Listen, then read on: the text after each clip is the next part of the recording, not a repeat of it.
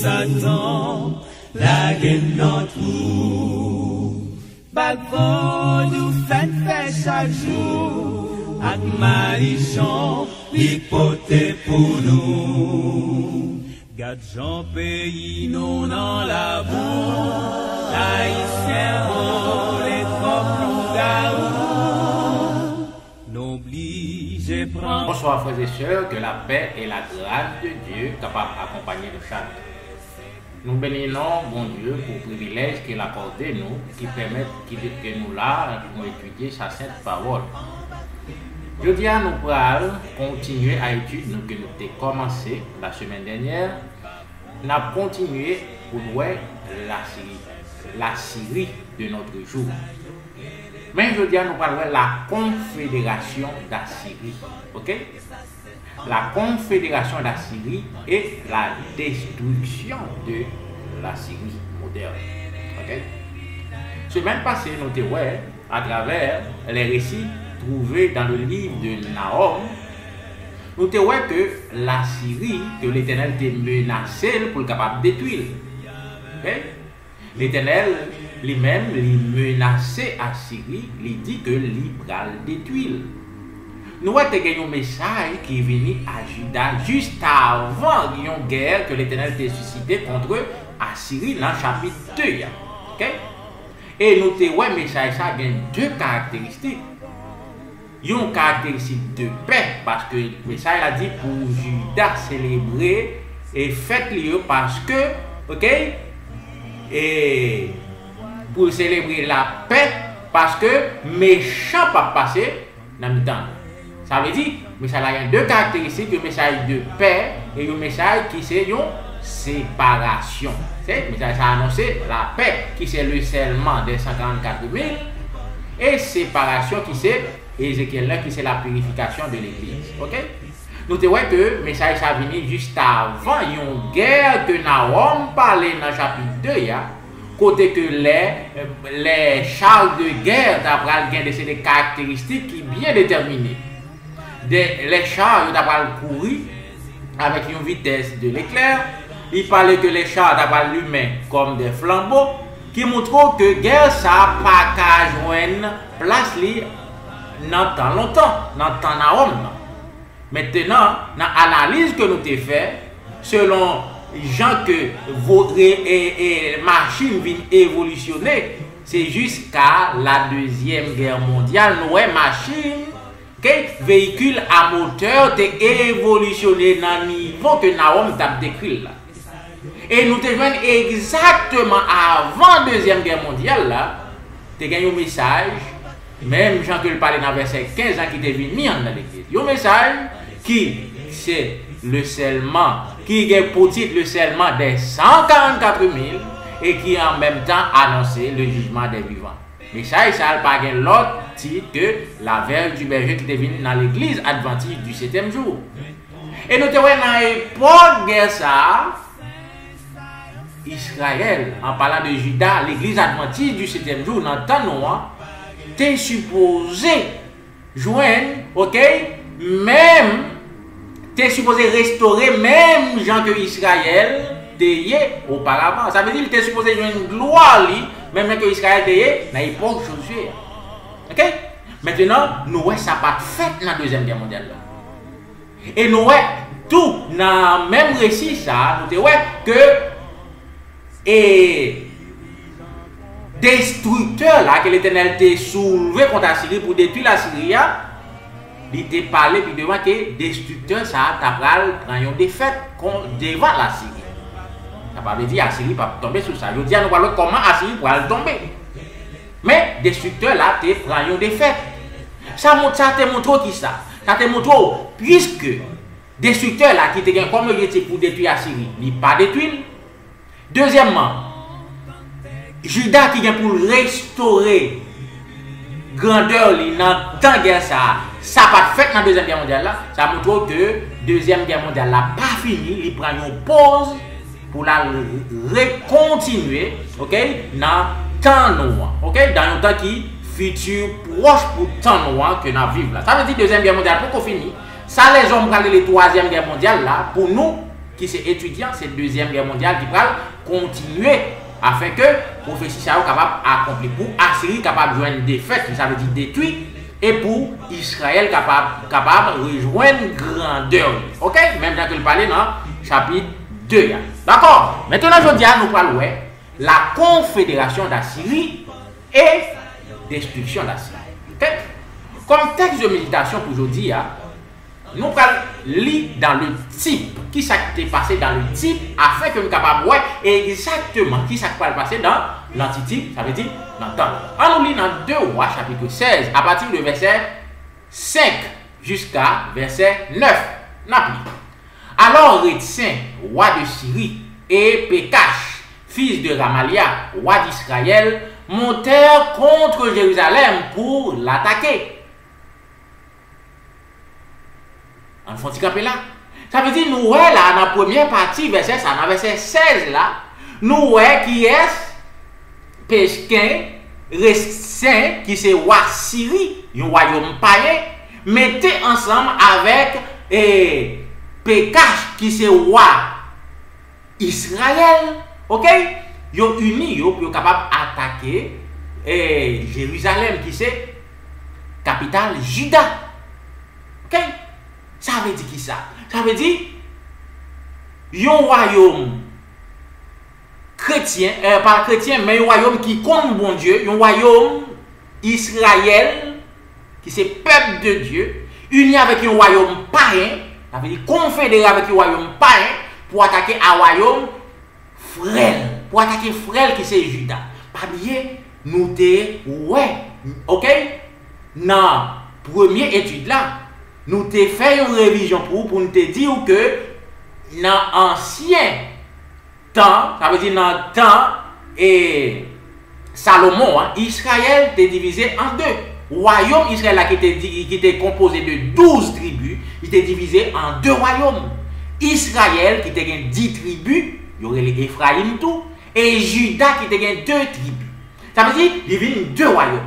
Maintenant, il y a deux royaumes, qui c'est Israël, royaume qui plus là, qui a 10 tribus, ils mettent ensemble avec un royaume païen qui c'est Syrie, pour capable attaquer le royaume frêle là qui c'est Juda. On va continuer l'Ikounia là. Ils assiégèrent Akaz, mais ils ne purent pas le vaincre. Ça veut dire deux royaumes ça, Israël, royaume 10 tribus, mais dans ce qui met ensemble avec Syrie pour assiéger qui est assiéger Juda royaume frère là, mais ils sont pas capable de vaincre. Verset 6 kounya. Dans ce même temps, Rétien, roi de Syrie, fit rentrer Élat au pouvoir des Syriens. Il expulsa d'Élat les Juifs et les Syriens vers à Élat, et où ils ont habité jusqu'à ce jour. On nous lit dans verset 7 là. Akaz envoya des messagers à Tiglath-Pileser, roi de Syrie, pour lui dire: je suis ton serviteur et ton fils. Monte et délivre-moi de la main du roi de Syrie et de la main du roi de l'Israël, qui s'élève contre moi. On nous font camper là. Maintenant qu'on a nous royaume Juda, que deux royaumes ça, royaume frère là avec royaume païen qui unit contre lui. Qui ça que Juda fait? Juda voyait un émissaire à qui est à Syrie, un autre royaume païen, pour la demander secours à Syrie qui est un royaume païen pour venir unir ensemble avec lui pour combattre deux royaumes ça qui lever contre lui. OK? Verset 8 kounya. Et Akaz prit l'argent et l'or qui se trouvait dans la maison de l'Éternel et dans les trésors de la maison du roi, et il envoya en présent du roi d'Assyrie. Verset 9. Le roi d'Assyrie écouta, il monta contre Damas, le prit, amena les habitants en captivité à Kir et fit mourir Rétien. Fin de citation. Ça veut dire, non seulement Juda va demander secours à Syrie, au royaume païen, Maintenant, qui ça que le fait? Il voyait des séries de l'or, des séries de bails sacrés qui étaient dans le temple éternel là, il voyait comme présent, comme cadeau à Assyrie pour l'acheter fini Assyrie pour Assyrie capable de venir prendre pour lui. Ça Assyrie fait, Assyrie levé vrai, Assyrie vient combattre pour lui, il touiller roi et il touiller roi Syrie, eh bien, il défend Juda. Dans le récit ça que nous voyons là, nous sommes là, dans 2 Rois chapitre 16, nous lisons 2 confédérations. Ok? 2 confédérations qui parfaites et selon bon Dieu. Parce que nous voyons, peuple bon Dieu, royaume bon Dieu, qui c'était yon avant la mort de Salomon, il était divisé en 2 royaumes après la mort de Salomon, qui tous les 2 c'était peuple bon Dieu qui ont été.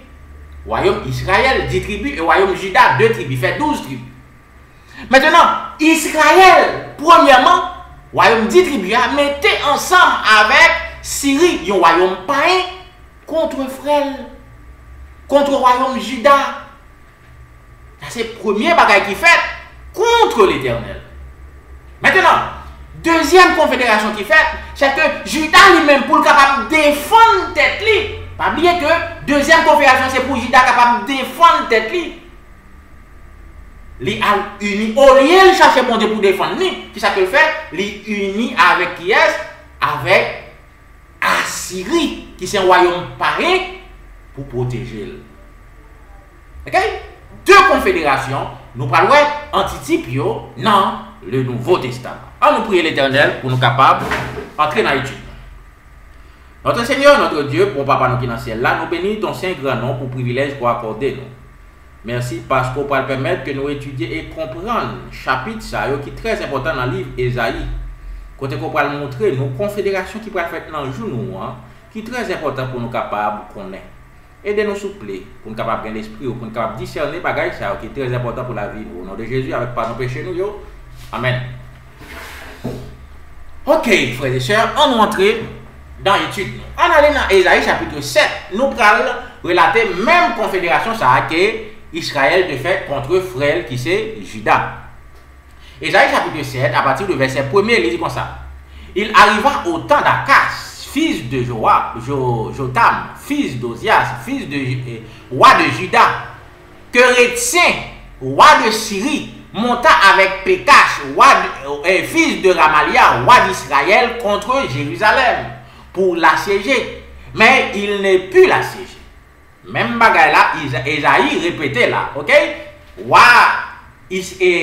Israël, royaume 10 tribus, unis avec Syrie, pour lui venir contre Juda, qui c'est royaume frère. Ok? Même bagaille là, l'a répété. Verset 2. On vint dire à la maison de David, les Syriens sont campés en Éphraïm, et le cœur d'Akaz et le cœur de son peuple en furent agités, comme les arbres de la forêt sont agités par le vent. Ok? Les Ovin dit, Juda ça, Juda lui-même, qui ça qu'il fait, lui tremblait même dans feuille bois. Verset 3. Alors l'Éternel dit à Ésaïe, Kounya l'Éternel mettait bouche dans causé. Qui ça l'Éternel dit?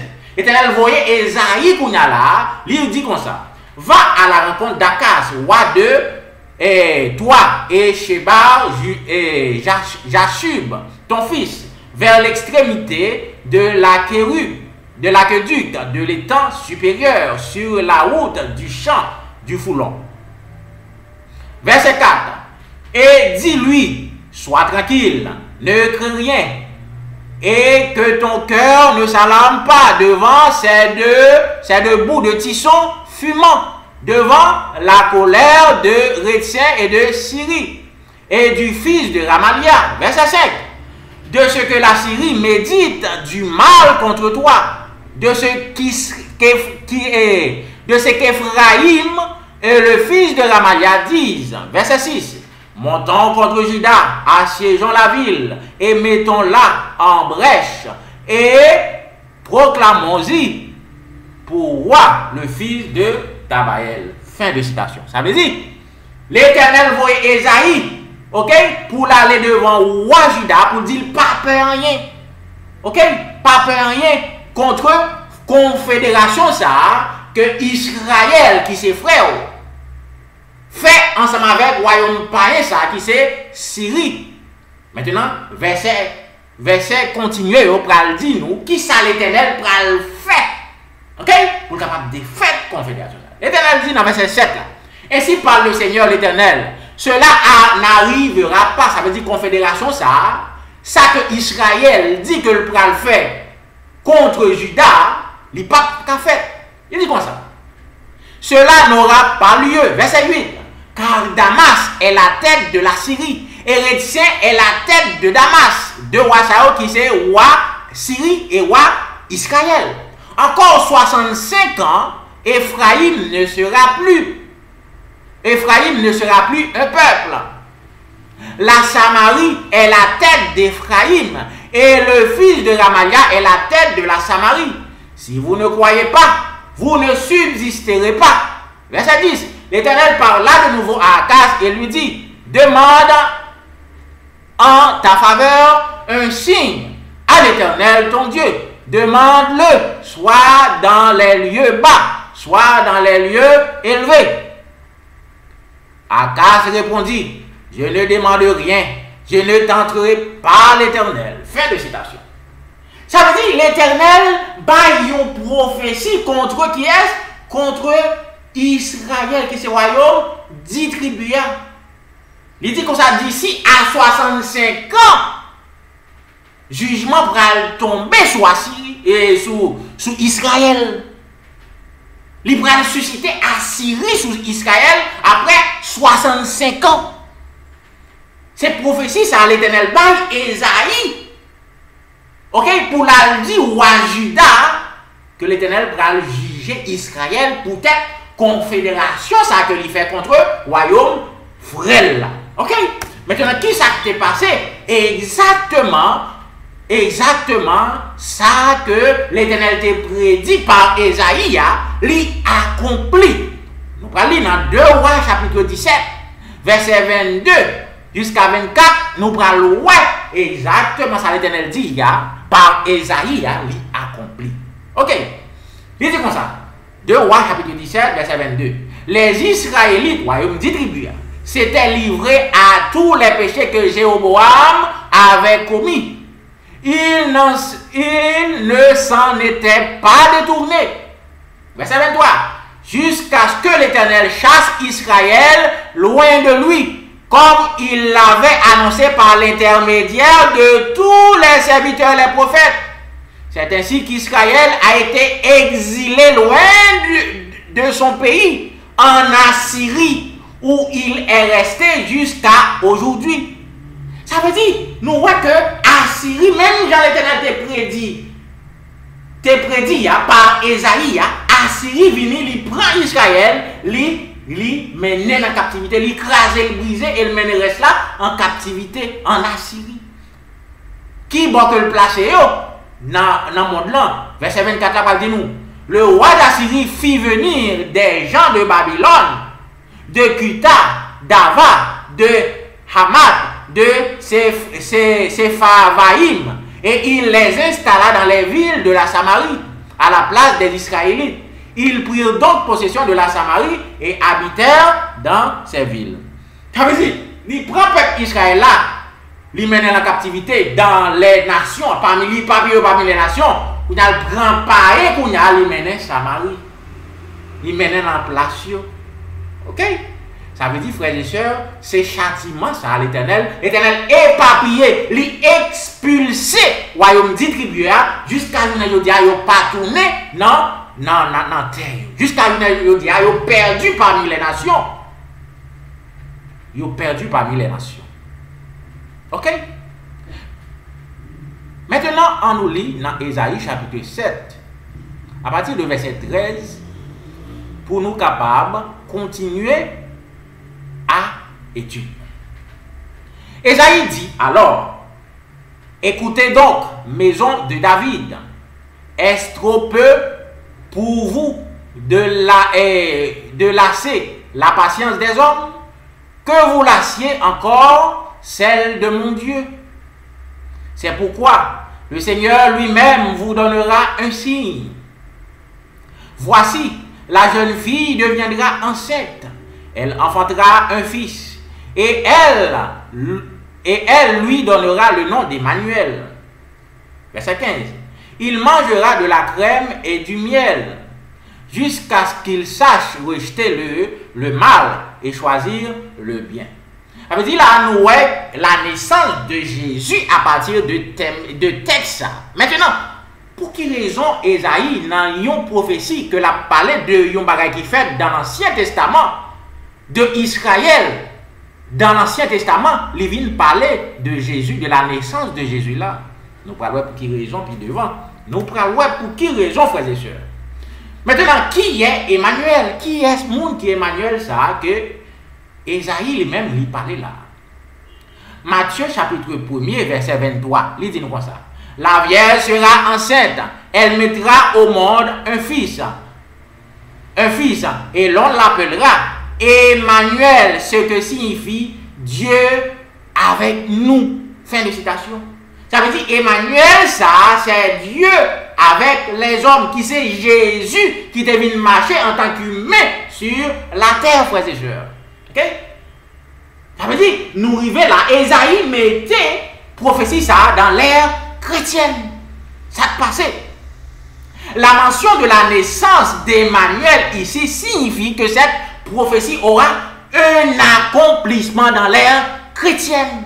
Ça veut dire, prophétie ça, raison qui permet que Esaïe mentionne la naissance d'Emmanuel en parlant de la naissance du Messie, ça montrait que pour gagner un accomplissement de même ça qui est passé dans l'ancien Israël là, dans l'ère chrétienne, dans l'époque Emmanuel là. Ok? Maintenant, il y a l'autre cause encore. Le fait que Israël, Syrie et la Syrie, ils ont une double application. Parce que puisque ils ont répété dans l'ère chrétienne, ça veut dire qu'ils ont une double application. Ils ont une application dans le passé. Quand ils ont une application dans l'ère chrétienne, ça veut dire qu'ils ont une double application. Ok? Ça veut dire Emmanuel tout pour gagner une double. Ok? Pour gagner une double application, frères et sœurs. Ok? Ça veut dire Emmanuel pour le représenter par un groupe de monde, par quelques-uns. Nous prenons ça dans l'écriture là. Maintenant, qui est ce monde qui est représenté par Emmanuel, les Emmanuelites?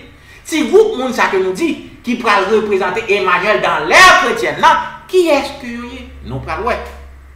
Le Christ selon Hébreux chapitre 1er, frères et sœurs. Alors nous mettez tête là bien pour nous comprendre.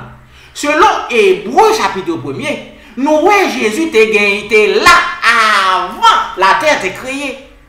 Ça veut dire Jésus était là dans l'éternité, Jésus était là. Ok? Avant que la terre était créée, avant que Abraham fût, Jésus était là. Avant que la terre était créée, Jésus était là. Ça veut dire Jésus était là avant l'ère chrétienne. Et selon Matthieu chapitre 1er, verset 23, nous voyons Jésus né de Marie. Ça veut dire, nous voyons Jésus qui a une double naissance. Jésus était là avant l'Ancien Testament et Jésus était là après, à partir de l'Ancien Testament. À partir du Nouveau Testament, pardon. Ça veut dire, Jésus a une double naissance. Ok? Jésus était là avant que la terre ait été créée, ça veut dire avant l'Ancien Testament. Et Jésus lui-même, il a tout à partir du Nouveau Testament. Ça veut dire Jésus a une double naissance.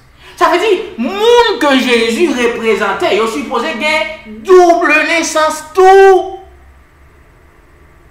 Qui double naissance que maintenant, Jésus lui-même, le monde qui est représenté par les Emmanuelites, il est supposé gagner la naissance de la chair, qui c'est les moins faibles.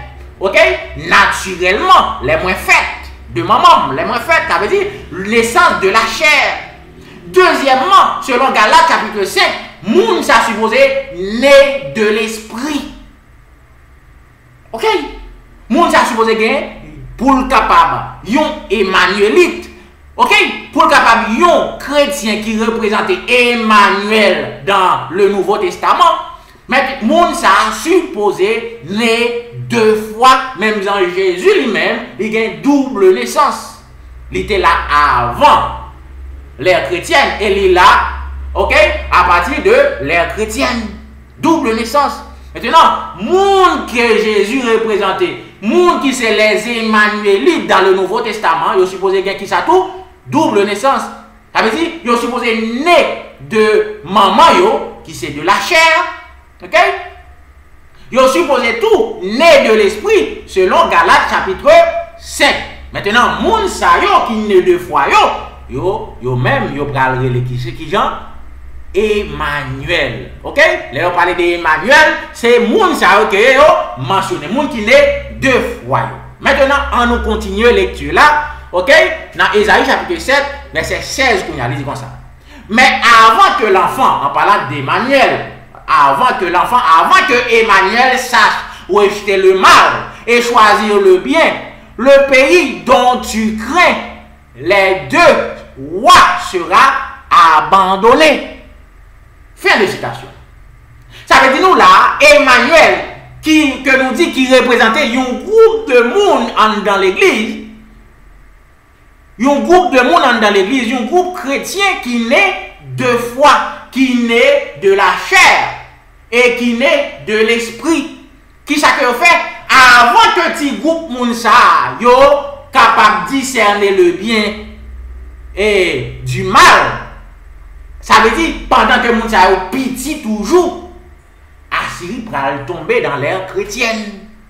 Ça veut dire pral gen yon accomplissement de même prophétie ça que nous sommes doués de la confédération d'Assyrie et d'Israël et de Syrie. Pral gagner même confédération ça dans l'ère chrétienne, mais confédération ça pral fait avant que les Emmanuélites qui c'est monde qui naît deux fois yo dans l'église, les chrétiens qui naît deux fois dans l'église, avant que les Emmanuélites yo capable de discerner le bien et du mal. Ça veut dire pendant que les Emmanuélites yo ti moun toujours.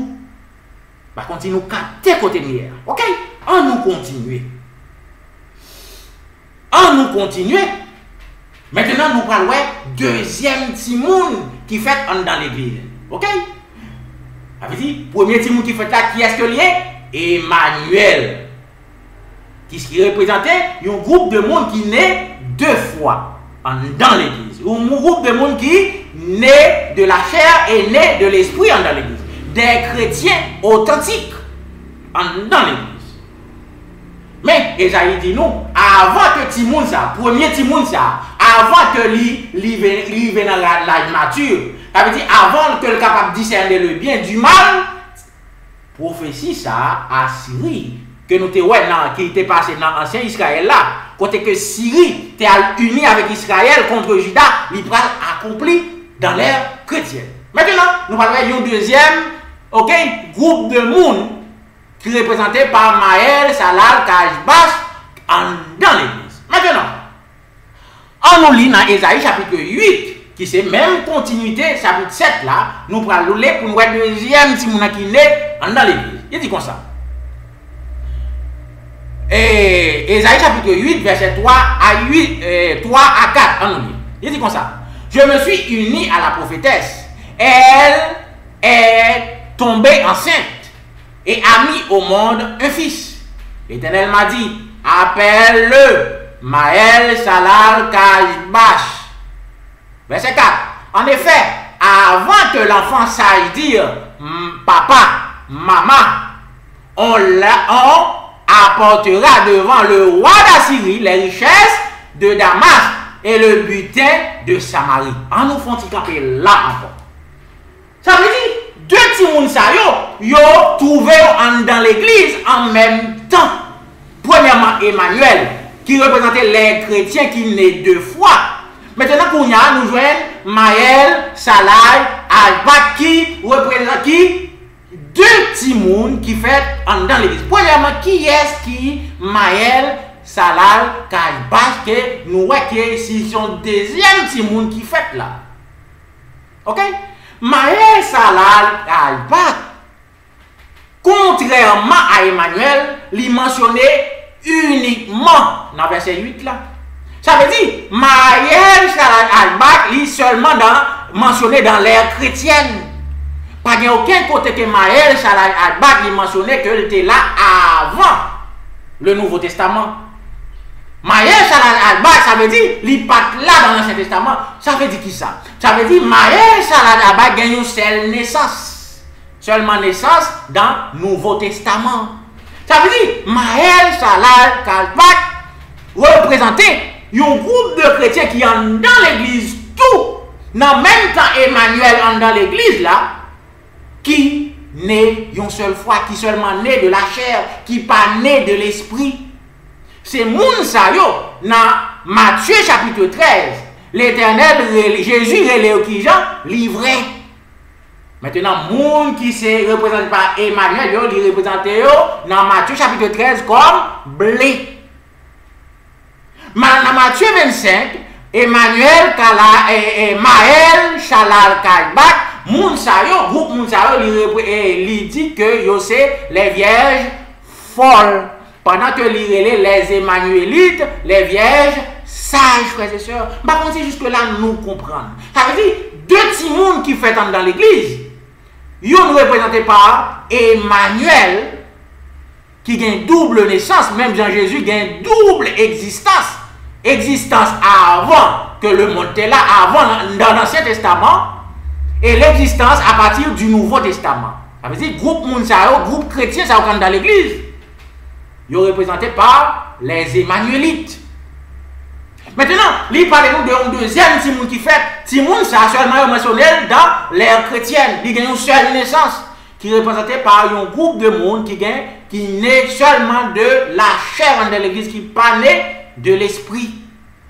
Moun sa yo est représenté par l'ivraie dans Matthieu 13, il est représenté par vierge folle dans Matthieu chapitre 25. Ok? Jusque-là, nous expliquer très clair, je souhaite que nous comprenions. Ok? Maintenant, il dit nous tout. Avant que Timoun sa, deuxième Timoun n'a avant que le capable dire papa, avant que le capable dire maman, Assyrie va tomber. Ça veut dire, deux Timoun sa yo, avant que Timoun sa yo grand, tous les deux, il y en a qui l'âge, il y en a l'âge enfantio. Ok? Pendant que Assyrie tombait, pendant que accomplissement, pas Assyrie, pardon, pendant que Syrie, Confédération Syrie avec Israël, lui-même li brisé, Timoun sa encore petit. Ok? Pas qui est-ce que dit nous que les bras brisé, pas Assyrie, même bien que l'était fait, non? Ancien Testament. Nous te ouais, dans l'Ancien Testament, c'était Assyrie qui t'a brisé confédération, ça, que Syrie t'a fait ensemble avec Israël là. Dans le Nouveau Testament, ça, tout, nous dit nous, avant de Timoun Sayo, dans l'église, qui c'est Emmanuel, ok? Qui c'est moun qui né de foi, né de la chair et de l'esprit dans l'église, les chrétiens, les vrais chrétiens.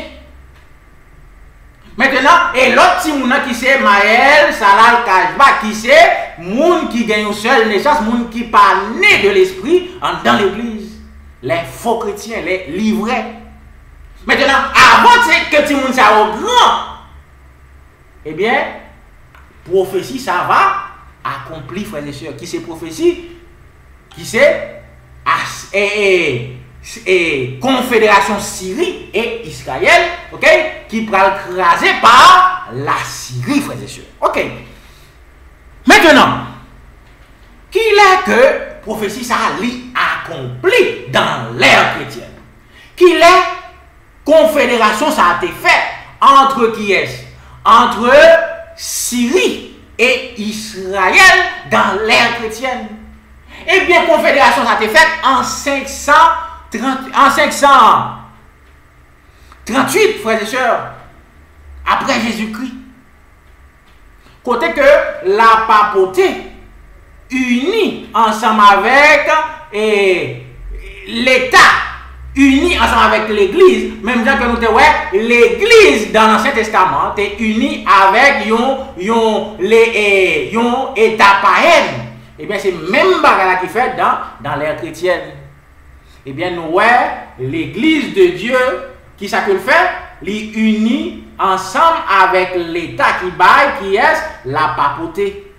Eh bien, c'est ça qui baille Confédération de Israël et Syrie, qui fait au Moyen-Âge, frères et sœurs. Confédération, ça a duré pendant 1260 années, frères et sœurs. 1260 années, ok, Confédération, ça a duré dans Moyen-Âge. Qui Confédération, ça est? Confédération, ça, c'est l'Église de Dieu qui unit avec l'État, en parlant de l'Église apostasiée. Nous connaissons que l'Église, bon Dieu, était apostasiée après la mort des apôtres. L'Église de Dieu apostasiée, ok, qui unit ensemble avec l'État, qui vient par qui ça? La papauté.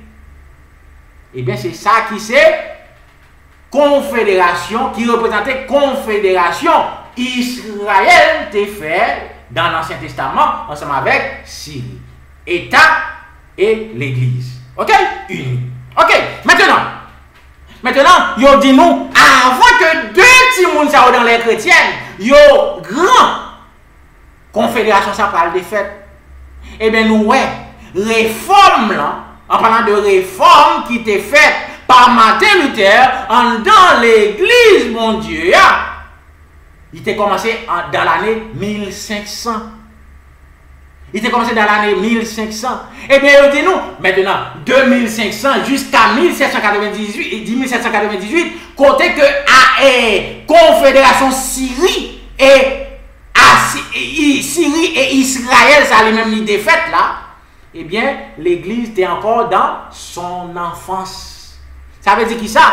Seulement nous te joignons l'église, décédé de l'église qui t'est fait commencer dans la réforme, qui c'était les luthériens, les presbytériens, les méthodistes, ok? L'église baptiste. C'est l'église ça que nous te joignons dans l'époque avant 1798, avant que la papauté lui-même l'était tombée. La papauté nous dit qu'il représentait union de l'église et l'État qui représentait union que Syrie était faite ensemble avec Israël. C'est raison ça qui fait prophète Esaïe dit avant que deux timoun sayo qui c'est Emmanuel et Maël Salal Kajba qui c'est deux timoun sayo qui sont dans l'église. L'église réforme que Martin Luther commence ensemble avec là. Avant que timoun sayo yo grand. Pour timoun sayo grand qui est pour yo grand c'est là où je vois 7 grains que nous ouais qui 6 grains qui mentionnés dans Zacharie. Dans Zacharie chapitre 4 là plus un autre grain qui c'est 7e grain. Ok? Que nous joignons puis devant en 1930 qui venait à l'église adventiste. Maintenant, c'est là l'église va gagner 7 grains. C'est là ça l'église va arriver dans l'âge adulte. Ça veut dire, Esaïe dit, avant que l'église arrive dans l'âge adulte, avant que deux petits moun qui sont dans l'église, yo capable d'arriver dans l'âge adulte, yo capable de discerner le bien et du mal. Et pour l'autre, capable de dire maman, papa, eh bien, Assyrie va Confédération Syrie et Israël là va avoir une défaite. Ça veut dire la papauté t'a pas une défaite en 1798 frères et sœurs. Maintenant, on va aller dans l'autre phase qu'on a là. Qui est-ce qui représentait Assyrie qu'on a? Parce que on dit nous te ouais dans le passé, c'est Assyrie qui était défaite Confédération Israël et Syrie. Maintenant, qui est-ce qui représentait Assyrie dans les chrétiens qui étaient défaite la papauté? Eh bien, les protestants, frères et sœurs, c'est eux-mêmes qui représentaient Assyrie. Les protestants, c'est eux-mêmes qui provoquaient. Tenez bien, les protestants, frères et sœurs, c'est eux-mêmes qui provoquaient chute de la papauté. Ce n'est pas protestant armé qui a écrasé la papauté.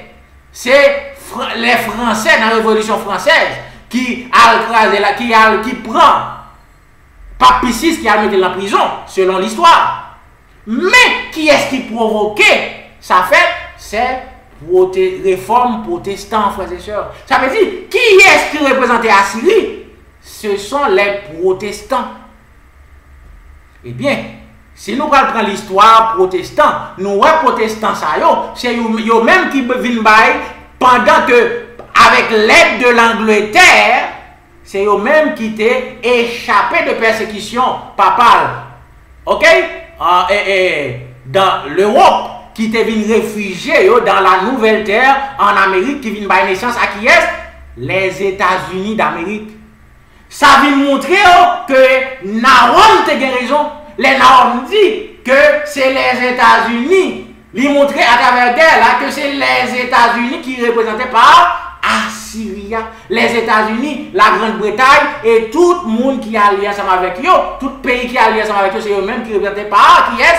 Par Assyrie. Ok? Qui montre là que c'est même Assyrie ça qui défaite, qui causait des fêtes la papauté, qui ce sont les protestants. Ok? Les protestants, frères et sœurs. Maintenant, il y a une autre question que nous allons répondre. Puisque nous sommes dans l'ancien, dans l'ancienne confédération, dans l'Ancien Testament, nous sommes Syrie qui était unie avec Israël, qui c'est confédération, ça que nous avons parlé là. Syrie et Israël, qui c'est l'église-État dans le Moyen-Âge, qui c'est catholicisme, qui c'est confédération que nous avons parlé là. Et nous avons qui était confédération ça dans l'Ancien Testament, il était défaite par Assyrie, que nous voyons que joignent ces protestants, ok, qui plus tard qui viennent par une naissance à États-Unis, qui représentait Assyrie. Eh bien, Kounya là, nous parlons qui est-ce qui est représenté par Juda, parce que nous voyons confédération a été faite contre Juda. Confédération a été faite contre Juda. Juda pas représenter l'autre entité, frères et sœurs, que Juda pas représenter l'autre entité que les gens qui, les vrais chrétiens qui étaient persécutés par la papauté, frères et sœurs. Parce que dans toute époque, 1260 années, côté que la papauté a persécuté et les chrétiens, c'est toujours des chrétiens fidèles. Maintenant, chrétiens fidèles, c'est eux-mêmes qui étaient représentés par Judas, frères et sœurs. Tels que les Vaudois du Piémont, qui ce sont des chrétiens authentiques qui tapent réformés dans les cavernes, dans les bois. Ok? Ils tapent cachés contre la persécution papale. Ok? Nous joignons entité, c'est eux-mêmes qui représentaient Judas. Ok? Qui tapent Judas, que confédération ça a été faite contre eux. Ok? Maintenant, frères et sœurs, en nous lisant dans Ésaïe chapitre 8, verset 5 jusqu'à verset 7. Pas bien que c'est Ésaïe 7 et 8 n'a pas étudié. Il dit comme ça. L'Éternel m'a encore parlé. Il a ajouté, puisque ce peuple a méprisé l'eau de Siloé qui coule doucement et a éprouvé de la joie en parlant à Rétien et au fils de Ramalia, verset 7. Le Seigneur va faire monter contre eux la puissance du grand haut de l'Euphrate, à savoir le roi d'Assyrie et toute sa puissance. Il grossira dans tous ses canaux et débordera sur toutes les rives. Il pénétrera dans Juda et submergera et l'inondera, et ce jusqu'à la hauteur du cou. Le déploiement de ses ailes remplira tout ton territoire, ô Emmanuel. Texte là, lui-même, il campé dans l'exclamation, ô Emmanuel. Ici, dans le texte que nous sommes là, il parle nous dans un moment côté que l'Éternel va susciter Assyrie. Ok? L'Éternel est Assyrie lui-même, dans sa toute puissance. Dans le moment que l'Éternel va susciter contre les nations. OK? C'est dans le moment que Assyrie lui-même il a toute puissance, qu'elle pourra submerger même Juda. Yo dit nous. Juda qui représentait l'église adventiste du 7e jour dans le temps. Yo dit nous, l'eau Assyria pourra rentrer dans le temps, il pourra arriver jusqu'au cou. Pour quelle raison, mon Dieu, pas dit qu'il pourra couvrir toute tête? C'est parce que il y a un petit reste dans l'église qui est représenté par les Emmanuélites qui étaient influencés par Assyrie, frères et sœurs. C'est une raison ça qui fait pas couvrir toute tête. Il dit non que l'arrivée jusqu'au cou. OK? Maintenant, nous le texte là fini par une exclamation oh Emmanuel. Ça veut dire qui ça? Pas bien que nous te dit Emmanuel symbolisait un groupe de monde dans l'église. C'était deux petits mondes que nous te ouais. Un petit monde qui représentait qui ça? Emmanuel, les Emmanuélites qui représentaient par un groupe de chrétiens qui naît deux fois dans l'église, les vrais chrétiens. OK? Qui naît de la chair et naît de l'esprit. Maintenant, il y a un deuxième groupe de monde qui représenté par les Maël, Salai, Taïbash, qui représentait les mondes qui naissent une seule fois dans l'église. OK? Maintenant, il dit nous là, oh Emmanuel, dans fin citation, OK? Il y a pas une exclamation, oh Emmanuel, qui ça signifie? Ça veut dire, dans le moment que Assyrie va lever dans toute puissance, dans le moment Assyrie va lever, OK? Il va submerger même Juda, même l'église adventiste là, Emmanuel pourra en danger. Ça veut dire, si groupe Mounsayo qui est représenté par Emmanuel, il prend une grande angoisse par l'eau qui vient submerger l'église, qui vient submerger le monde là.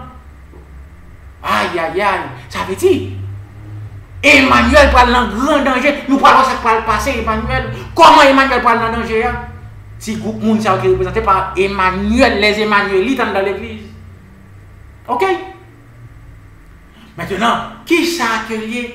Maintenant, Jérémie parlait de angoisse, les Emmanuélites qui ont même subi dans la Assyrie. C'est pour une confédération de les Maël, Salai, Taïbash et Assyrie qui représentait deuxième confédération. Nous parlons ça plus devant. Parce que nous avons combien de confédérations? Nous avons deux confédérations. Une confédération de Syrie et Israël, nous sommes ça déjà, ça a été fait en Moyen-Âge. Et une autre confédération de Juda et Assyrie, c'est lui-même que nous parlons là.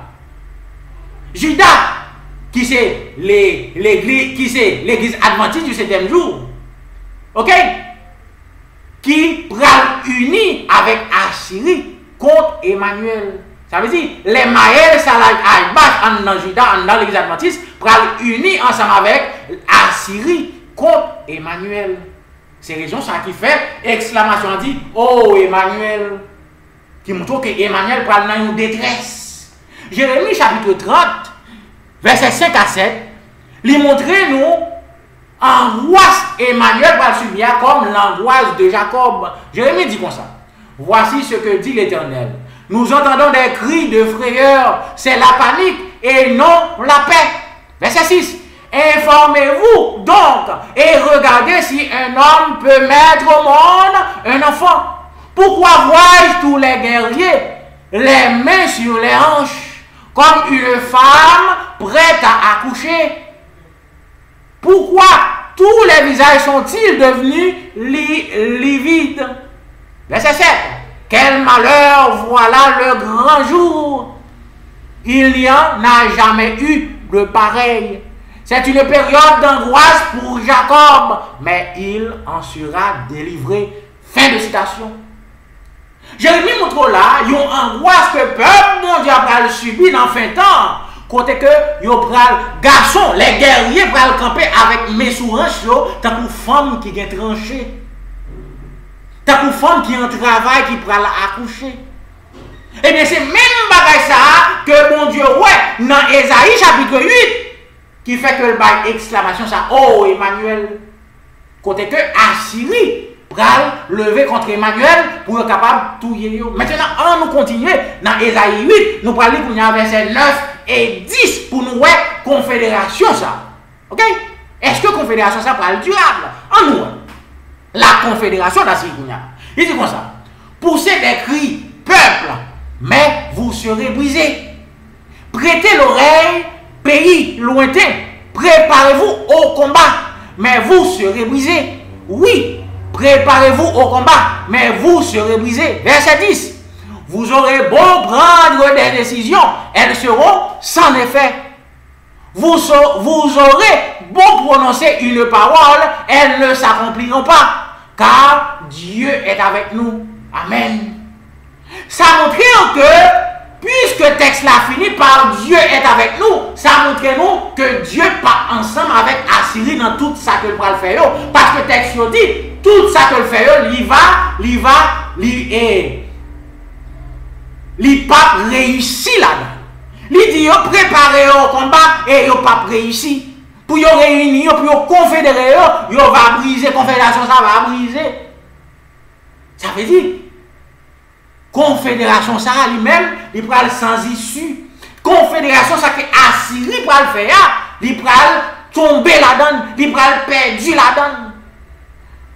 Ok, frère et soeur, il va perdu là-dedans. Maintenant, c'est raison ça.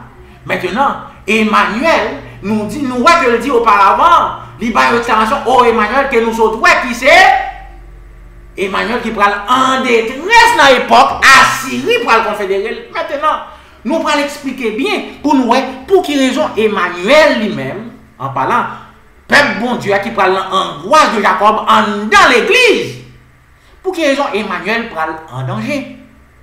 Dans l'époque, Assyrie pour faire confédération. Ça. Nous allons l'expliquer plus bien. Parce que nous, Assyrie pour perdre la confédération. Ça.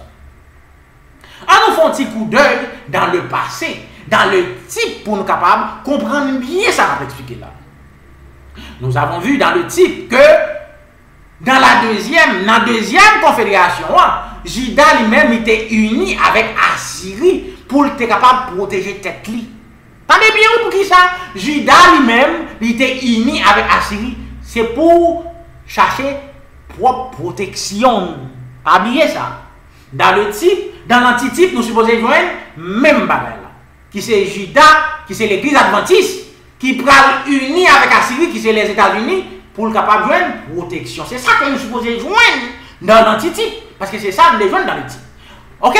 On nous lit encore dans 2 Rois chapitre 16, même ça que nous allons lire. Nous allons lire dans verset 7 et jusqu'à verset 8, il dit comme ça. Alors, Rétien, roi de Syrie, et Pékache, fils de Ramalia, roi d'Israël, montèrent contre Jérusalem pour l'attaquer. Ils s'assiégèrent à Casse, mais ils ne purent pas. Ça veut dire 2 rois qui c'est Syrie et Israël, ils mettent ensemble pour attaquer Juda. Ils ne sont pas capables. Qui ça, roi Juda lui-même n'y fait pour capable protéger tête. C'est là qui est important pour nous. Verset 7.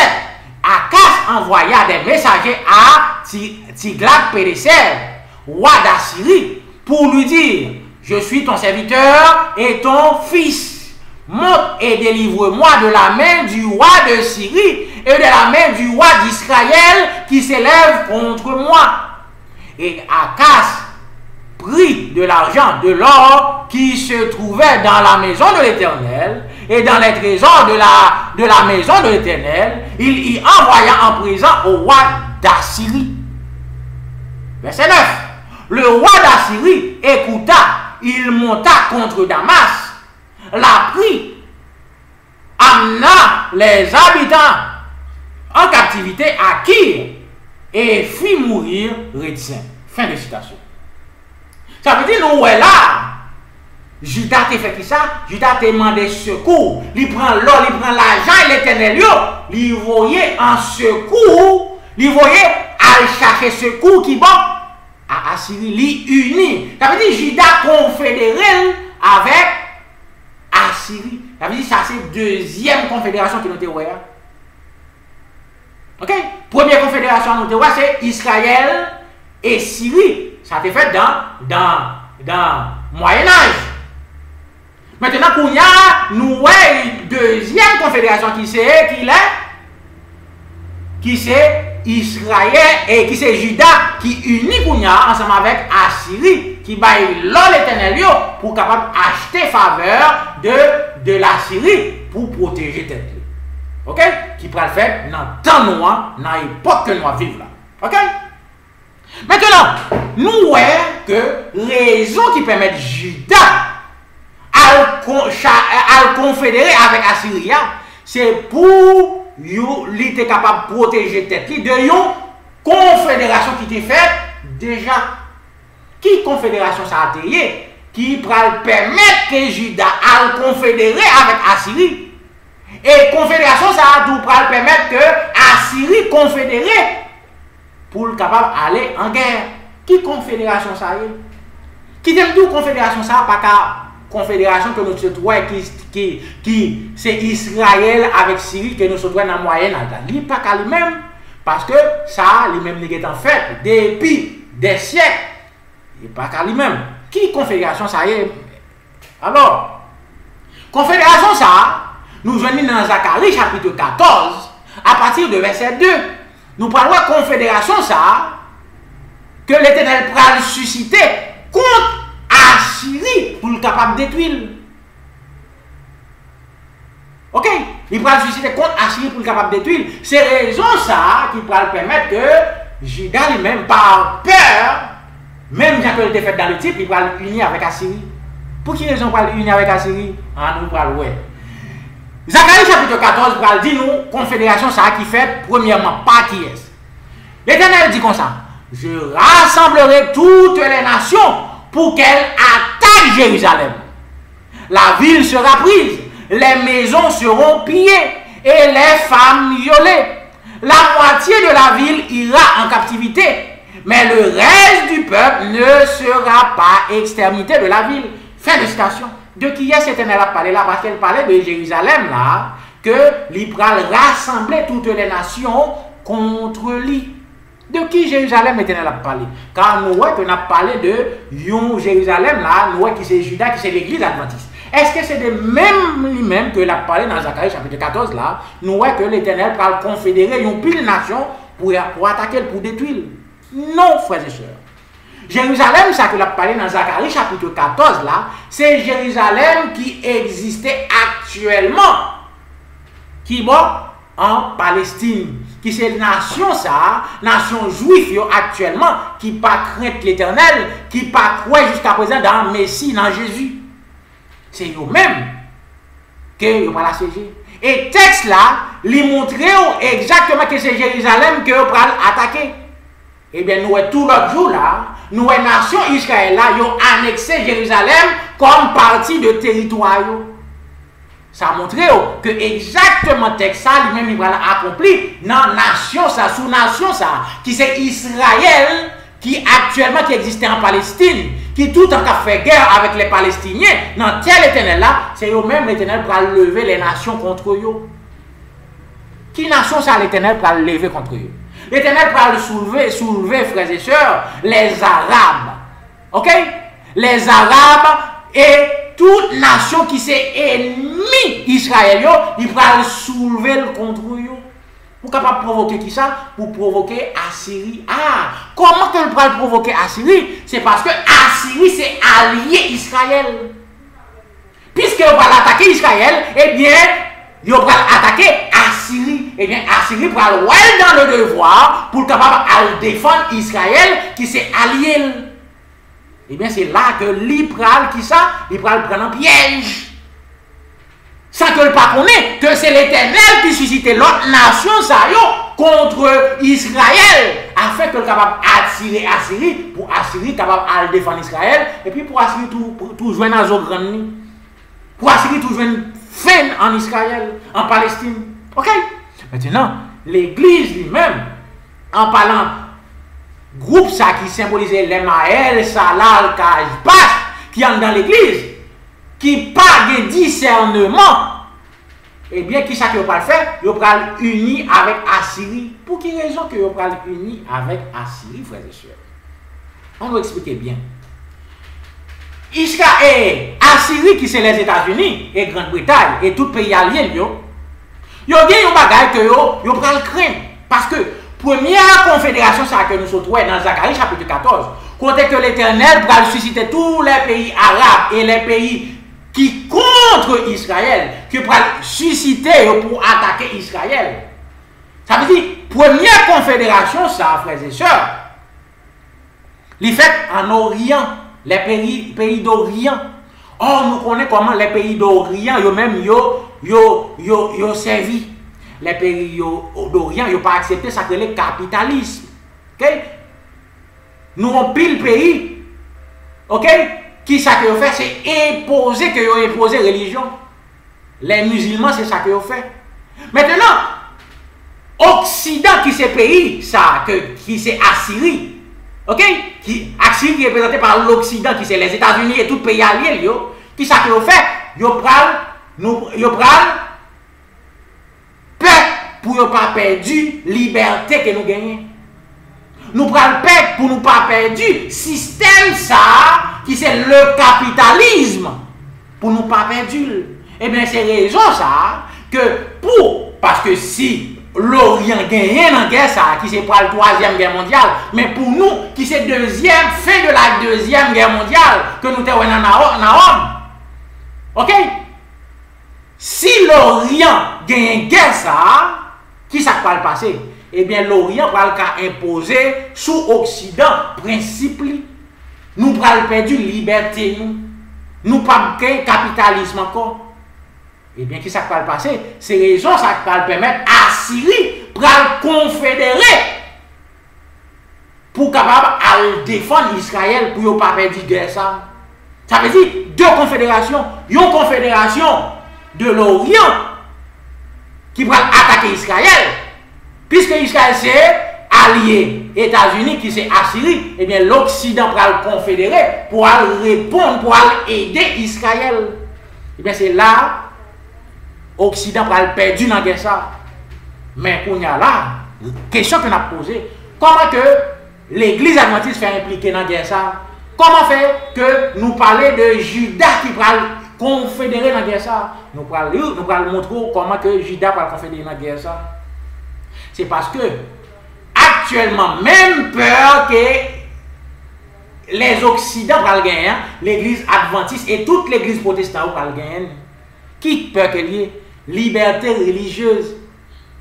Car nous répétons encore, si l'Orient gagne guerre ça, même si nous les musulmans ont imposé religion, eh bien nous pas de liberté que nous gagnons liberté aujourd'hui. Et puisque l'Église adventiste prend ouais, nous capables de perdre liberté religieuse, nous, qui ça que nous allons faire? Nous parlons que le plus facile pour nous, pour l'Église adventiste, unie avec la guerre avec l'Occident pour défendre la liberté religieuse. Et bien c'est là nous allons lever contre l'Éternel sans que nous ne connaissions. Parce que c'est l'Éternel qui suscitait l'Orient contre l'Occident. Pourtant nous allons unir avec l'Occident. Aïe aïe aïe. C'est là que nous allons prendre un piège. Non seulement nous allons prendre un piège, les deux maisons d'Israël qui c'est Judas qui c'est l'Église adventiste et les protestants, les deux allons prendre un piège. Ça veut dire tout le monde religieux va tomber dans le piège. Tandis qui ça l'esprit de prophétie dit dans confédération ça. Tandis qui ça l'esprit de prophétie dit de ça qui va le fait là, de ça Isaïe parlait, comment que l'église va le tromper, qui va entrer dans la guerre, ok, qui va lever contre l'Éternel dans la guerre, ça va le fait là, comment que Adventiste va mourir tant pour mouche, parce que nous lever contre l'Éternel, parce que nous va le confédérer avec un païen. Ok, qui est ça que l'esprit de prophétie dit nous? Il dit comme ça. Il y aura des hommes dans l'institution qui conduiront les gens sur des chemins égarés, dont l'esprit n'est pas fermement établi dans les principes de la vérité présente. Ces hommes sans consécration poseront de faux jalons et marcheront sur, comme suit, former une confédération auquel ils diront, former une confédération et ils seront brisés en morceaux. 3 fois il a répété ces mots, rassemblez-vous, peuple, et vous serez brisés. Écoutez, vous qui êtes des pays lointains, saignez-vous et vous serez brisés. Prêtez conseil et il sera annulé. Dit un faux chemin, car il manque de discernement clair. Ils manifesteront un désir ardent d'entrer dans les confédérations, former des cercles entre eux, afin de s'affirmer les uns les autres sur les principes erronés qu'ils soutiennent. Chacun diffusera les concepts et les idées des autres. M. White finit pour le dire. Mon instructeur a parlé lentement et solennellement ces mots. Il ne sera pas fermé, car Dieu est avec nous. Ésaïe chapitre 8, verset 9 à 10. Ok? Ça c'est dans le livre là. Nous sommes capables de chercher sigle, c'est MPU, page 167. Si, je ne vais pas changer non livre là, mais sigle c'est MPU, page 167, paragraphe 1. Ok? Et nous sommes tout dans 166, paragraphe 3, même livre là. Ok, maintenant, même Esaïe a dit nous de guerre ça que l'église adventiste pour rentrer là-dedans, ok, pour confédérer avec Assyrie qui c'est l'Occident, les États-Unis et ses alliés dans guerre ça, eh bien, qui pral mourir. Adventiste pral mourir tant qu'on mouche dans l'église adventiste, même gens assyriens vont mourir. Esaïe chapitre 3 verset 25 dit comme ça. Tes hommes tomberont sous l'épée, tes héros tomberont au coup du combat. Verset 26. Les portes de Sion gémiront et seront dans le deuil. Dépouillées, elles s'assiront par terre. Fin de citation. Verset 26, ça montre que homme ça va tomber dans la guerre, ça par l'épée, ça c'est à Sion. Maintenant, l'esprit de prophétie va confirmer que Esaïe chapitre 3, verset 25, il va passer strictement dans l'église adventiste. Hélas, nous allons lire pour un témoignage pour l'église, dans volume 1, dans page 244, paragraphe 3, nous allons lire pour vous qui ça l'esprit de prophétie dit à propos de Esaïe chapitre 3, verset 27, que nous souhaitons que les hommes en dans l'église adventiste pour tomber dans la guerre ça, qui va le fait là, qui c'est 3e guerre mondiale, que nous connaissons qui c'est fin 2e guerre mondiale là. Il dit comme ça. L'esprit de prophétie dit comme ça. On m'a présenté la prophétie d'Esaïe 3, appliquée à ces derniers jours. Et des reproches sont adressés aux filles de Sion qui ne pensent qu'aux apparences et à l'exhibitionnisme. Lisez le verset 25. Vos hommes tomberont par l'épée et votre force dans la guerre. Ce White continue pour dire comme ça. On m'a montré que ces passages seront strictement respectés. Les jeunes hommes et femmes qui déclarent être chrétiens, mais qui n'ont pas encore manifesté d'expérience chrétienne, ça veut dire les Maël, Salah, Alba qui naît seulement une seule fois. Il continue pour dire comme ça. N'ont supporté aucune fardeau et n'ont pas senti que la responsabilité individuelle serait mise à l'épreuve. Ça veut dire, Mounsayo, yo pral mette à l'épreuve. Qui est les Maël, Salah, Kajbat dans l'église. Il continue pour dire comme ça.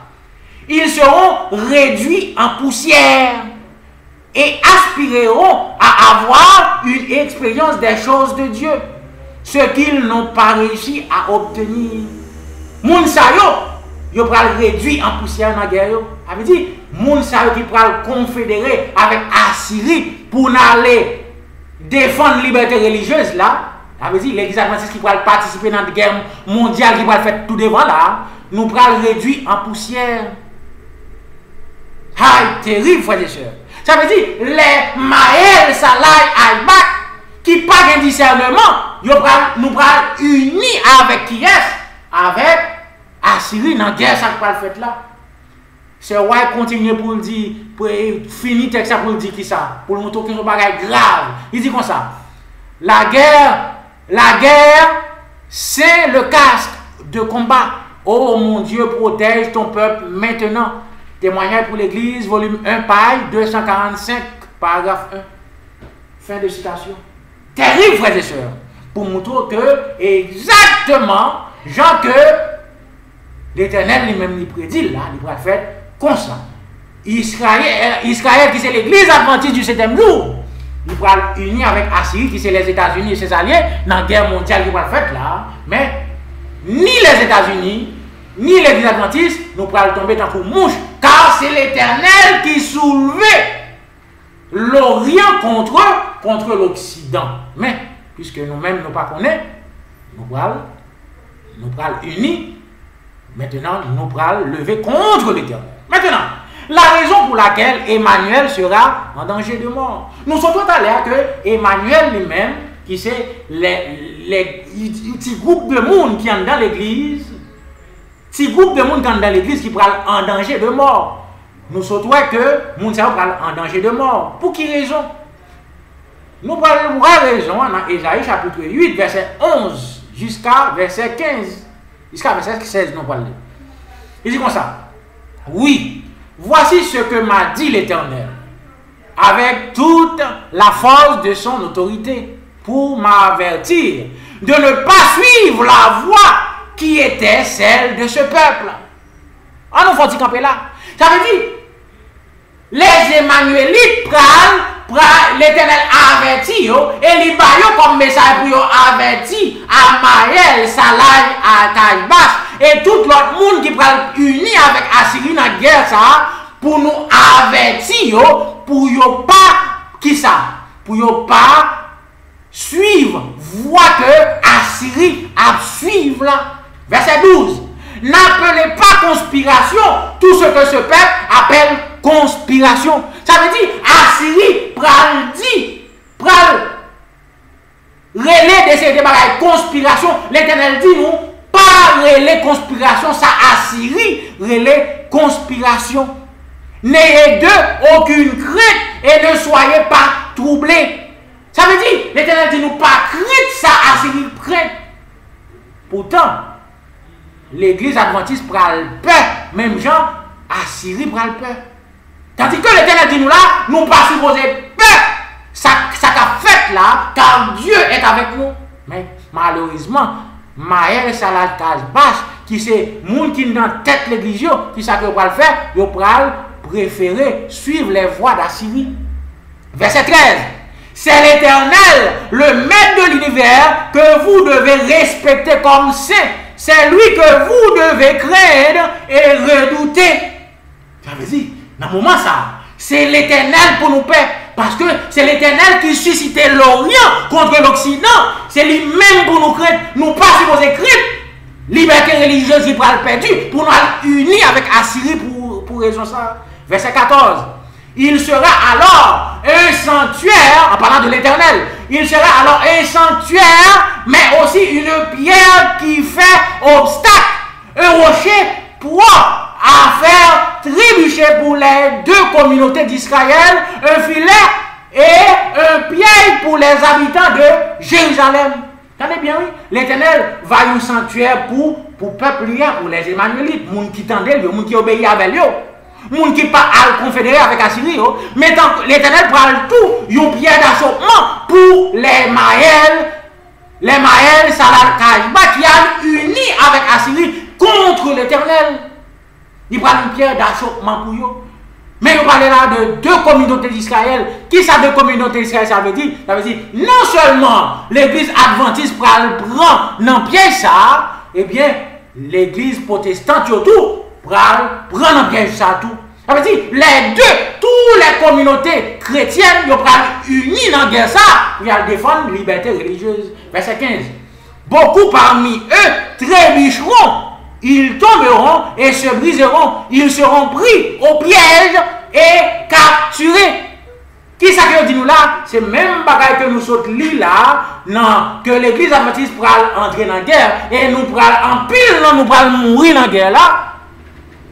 Parce que nous prenons piège ça, côté Assyrie, dit même nous prenons des paroles flatteurs pour capable attirer nous, pour nous capable venir confédérer, pour nous défendre la liberté. C'est ça que nous allons faire. Maintenant, qui ça va le passer? On finit le verset 16 pour nous faire commentaire sur Emmanuel qui est en danger. Maintenant, il dit comme ça: garde ce témoignage à l'abri, marque-la la loi d'un sceau parmi ces disciples. Maintenant, ces messages, ça, frères et sœurs, Assyrie, et pas Assyrie, non, parlant les Emmanuélites, qui sont les fidèles qui sont dans l'église adventiste, ces messages, ça, que nous prenons aux deux maisons d'Israël. Non seulement à l'église adventiste et aux églises protestantes, dans l'époque confédération, ça, pour la guerre mondiale qui va le faire là. Ces messages, ça, que nous prenons. Maintenant, ces raisons, ça, qui va le permettre, ils prenons condamner nous à mort. Pour qui ils ont pas condamné nous à mort, c'est parce que message que nous parlons là, les contre Assyrie. Nous prenons venir paraître comme des terroristes. Nous prenons venir paraître, même Jérémie te paraître devant Jufio comme un monde qui allié de Babylone. C'est comme ça que nous prenons paraître. Nous prenons paraître comme des mondes qui alliés de l'Orient, comme des terroristes. Nous connaissons tout le monde qui est allié de l'Orient, de musulmans qui ont les terroristes. Nous parlons de nous terroristes parce que le message que nous avons là, en réalité, il est en faveur l'Orient, les musulmans qui prennent unis pour attaquer Israël. Parce que le message nous là carrément, nous allons dire États-Unis prennent perdre dans la guerre là, pas unis avec les États-Unis. Pour qui est-ce qu'on va prendre nous? Nous allons prendre pour terroristes. C'est raison ça qui va permettre que vous allez condamner nous à mort. Qui bon ça écrit, vous allez condamner nous à mort? Nous allons lire dans les premiers écrits, côté que ce roi va dire que petit groupe moun ça, vous allez condamner nous à mort. Qui est-ce? Les Emmanuélites. Premiers écrits par 272, il dit comme ça. Les élus avaient un grand pouvoir, dit l'ange. Regarde, j'ai vu les méchants ou les incroyants. Ils étaient tous très excités. Le zèle et la puissance du peuple de Dieu les avait mis en colère. Qui ça mettait en colère? Zèle, peuple bon Dieu. Ça veut dire peuple bon Dieu qui a baillé message de l'heure. Il continue pour dire comme ça. La confusion régnait partout. J'ai vu des mesures prises contre l'autre qui avait la lumière et la puissance de Dieu. Ça veut dire petit groupe Mounsa. Mais cette armée, bien entourée d'épaisses ténèbres, se tenait ferme, approuvée de Dieu et avait confiance en lui. Puis, j'ai vu leur rang perplexe. Je les ai entendus crier vers Dieu avec ferveur. Ni le jour, ni la nuit n'ont-ils cessé de prier. Que ta volonté soit faite, Seigneur, si c'est pour servir ta gloire, que de votre nom, donnez à votre peuple un moyen de s'échapper. Délivrez-nous des païens qui nous entourent. Ils nous ont condamnés à mort, mais ton bras peut nous sauver. Tels sont les mots dont je me souviens. Tous semblaient profondément convaincus dans leur insuffisance et manifestaient une soumission complète à la volonté de Dieu. Cependant, tous sans exception, comme Jacob, ont prié et combattu avec ferveur pour sa libération. Félicitations. Ça veut dire qu'il montre que moun sérieux va le condamner à mort. Pour quelle raison? Peut-être message ça que va le bail contre la confédération, ça que Assyrie, que l'Occident va le faire contre l'Orient. Ok?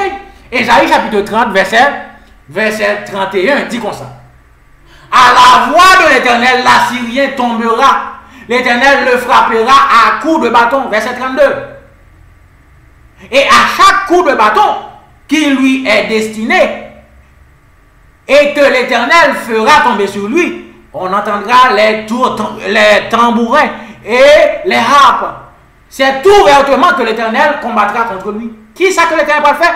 Ouvertement. Ça veut dire, guerre ça va le faire là. L'Orient contre l'Occident, le monde pourra que c'est l'Éternel. Le monde pourra ouais vraiment que c'est l'Éternel, c'est même l'Éternel qui va faire l'Occident perdu dans ça. Parce que si c'est pas l'Éternel, le pas perdu, le monde va témoin de ça. OK? Ça veut dire, frères et sœurs, c'est comme ça que bagayo, yo même yo pral fait.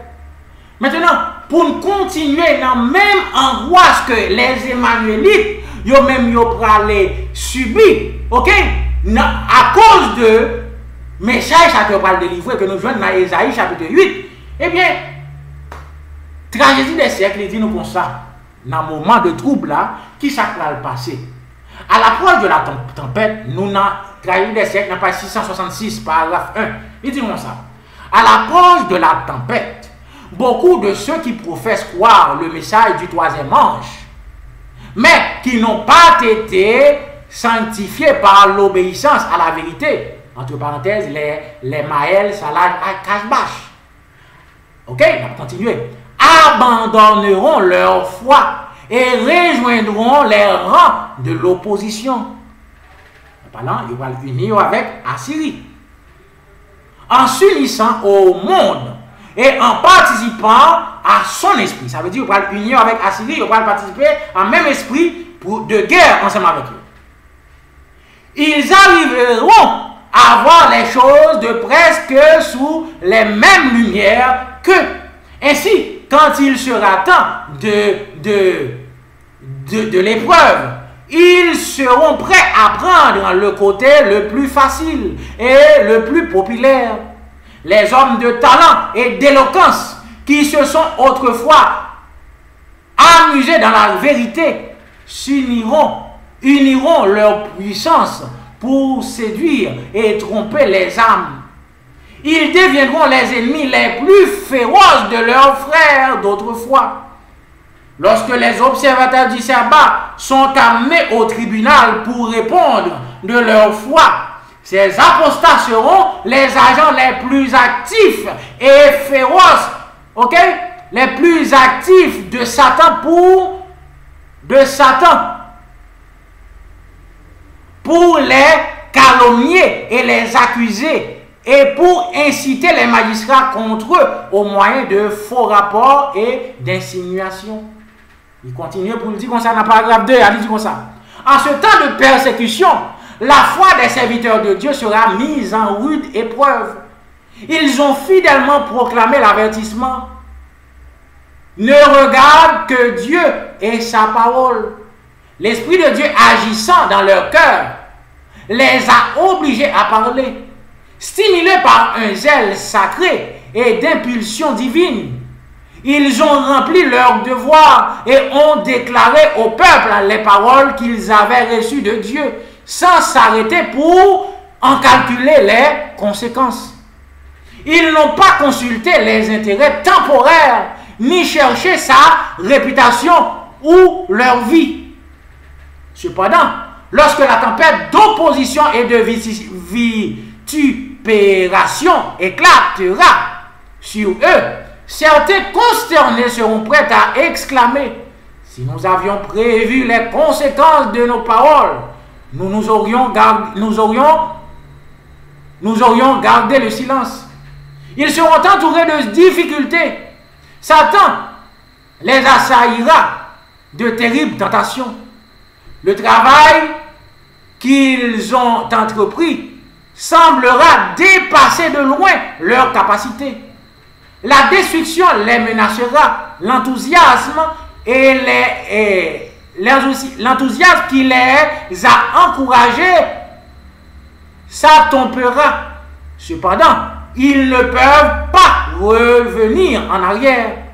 Et puis, sentant leur incapacité totale, ils se tourneront vers le Tout-Puissant pour obtenir de l'aide. Ils se souviendront que les paroles qu'ils ont prononcées n'étaient pas les leurs, mais celles de celui qui les a ordonné de donner l'avertissement au monde. Dieu avait mis la vérité dans leur cœur et eux, pour leur part, ne pouvaient rien faire d'autre que la proclamer. Fin de citation. verset page 636, paragraphe 1 et 2. Ok? Maintenant, nous voyons que confédération ça fait, malheureusement, aïe aïe aïe, contre l'église adventiste. Maintenant, nous parlons l'esprit de prophétie. Ok? Sous confédération, ça a toujours. Qui s'est passé? Nous parlons dans le livre que moi, pas songé, non livre là, mais titre c'est IPC. N'a pas ici 121. Nous va chercher qui ça sigle veut dire. IPC. L'esprit de prophétie. Pas ici 121. Il dit comme ça.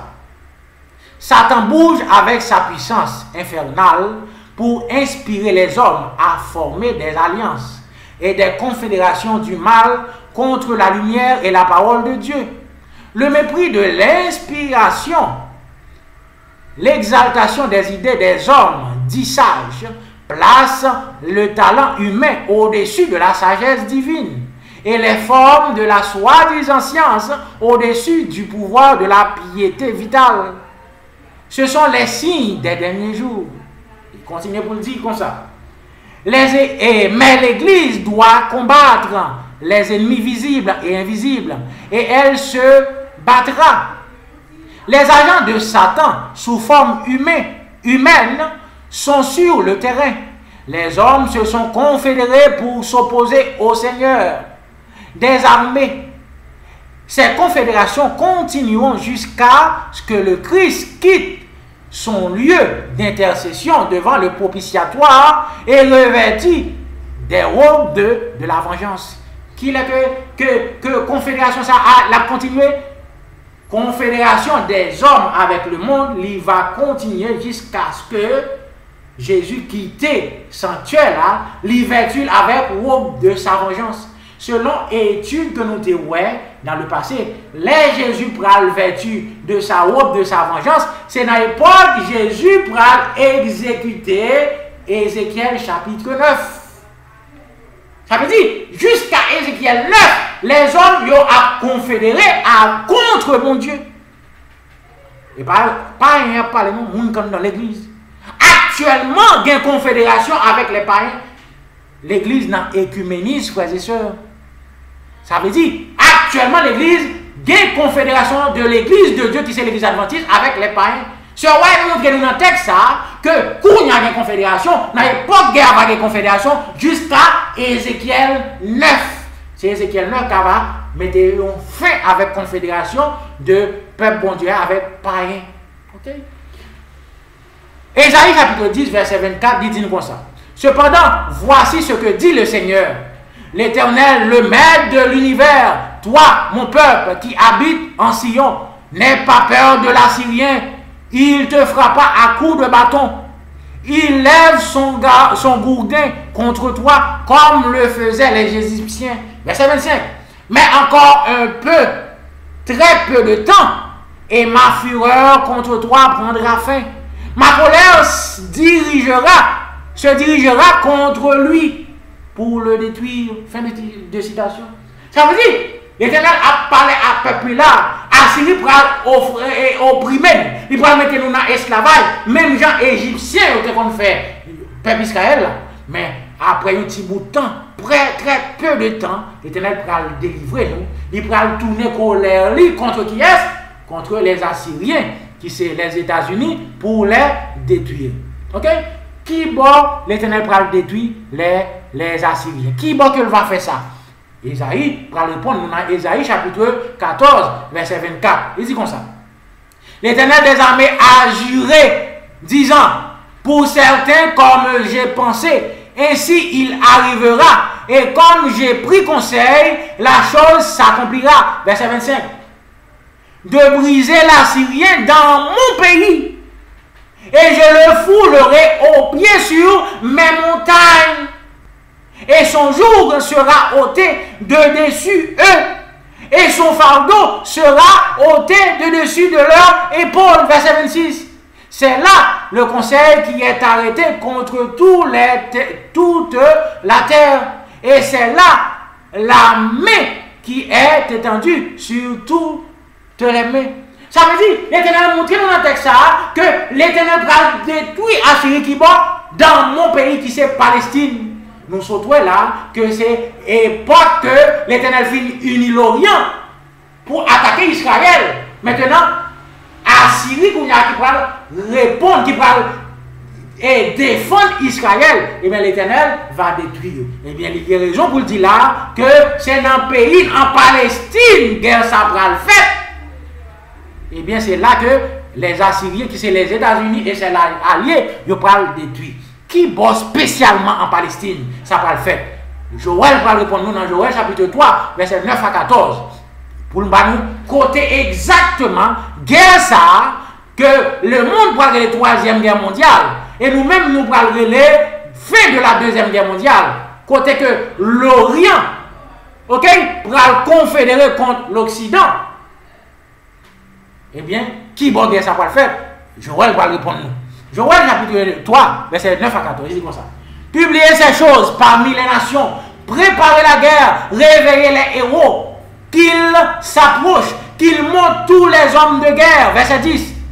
De vos royaumes, forgez des épées, et de vos serpes des lances. Que le faible dise, je suis fort. Verset 11.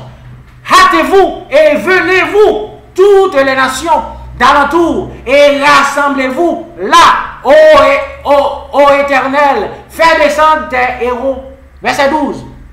Que les nations se réveillent et qu'ils montent vers la vallée de Josaphat. Qui va ça va le faire? Vers la vallée de Josaphat. Car là, je siégerai pour juger toutes les nations d'alentour.